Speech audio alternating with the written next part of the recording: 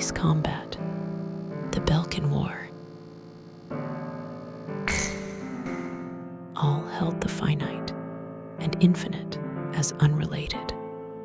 None could foresee that the history of the two would become one. Belkan Priority 1 Strategic Airspace B7R, aka the Round Table. It was the grand stage where we pilots performed. We were all on an equal footing, fighting under the same conditions. No affiliations or ranks to hinder us. Aces from every nation crisscrossed through those skies in pursuit of air superiority. The only rule of engagement was to survive.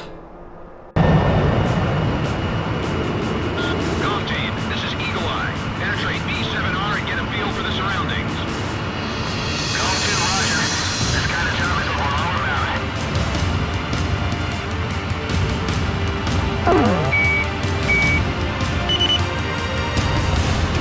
Enemies on radar.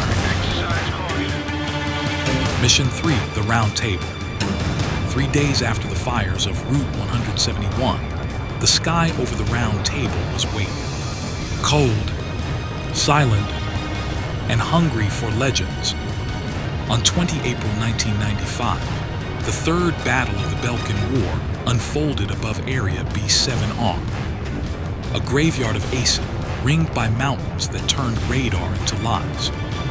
My name is Abe McGriff, son of mercenaries from Selatapara City. Here are my story of Belkan War retold.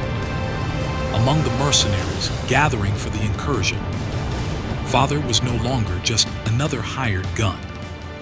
Word had spread about the tornado that survived the missile storm, about the pilot who never broke formation when others scattered.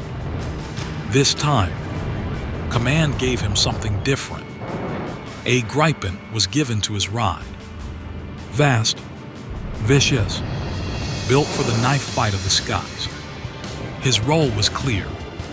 Fly as a dogfighter, guard the flanks of the two pilots already becoming myths, Pixie and Cypher. They descended into B7R at barely 390 meters, skimming the jagged terrain, when 8 enemy aircraft emerged from the haze, led by the experimental, known as Tossing. The mountains became both shield and weapon. Drawing on years of mercenary survival, he dragged the fight down into the valleys where speed meant nothing without nerve, forcing superior machines into tight turns they were never meant to endure. Missiles slammed into rock faces. Contrails tangled like barbed wire in the sky.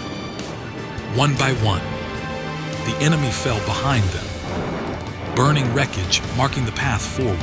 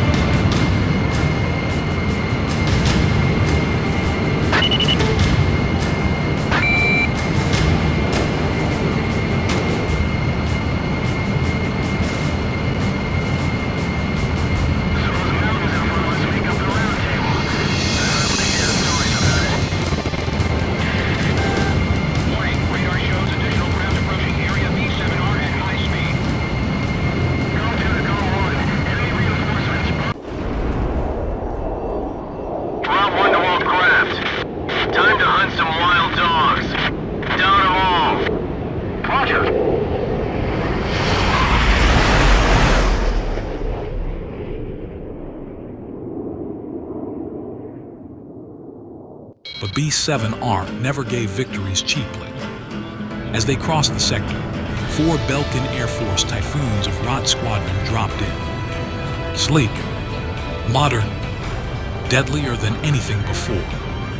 The sky erupted into a storm of radar locks and warheads. Against aircraft that outmatched the Gripen on paper, he fought with instinct, threading through missile trails, closing distance until technology no longer mattered.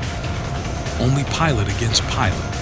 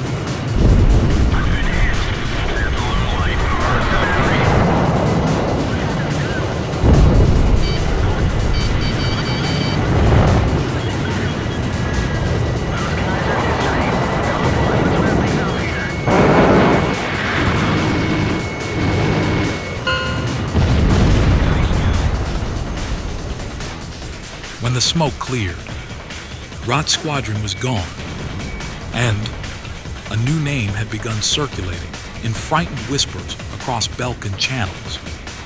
A mercenary ace who fought like a cornered beast and refused to die. From that day on, Father was no longer background noise to history. He was part of the terror that defined the Round Table. I was there. I witnessed all of it. The violence, the precision, the moment he stopped being just a pilot and became a story others feared to finish. After the Belkan War, the world did not learn its lesson. New wars came, one after another. Now another conflict gathers beyond the horizon.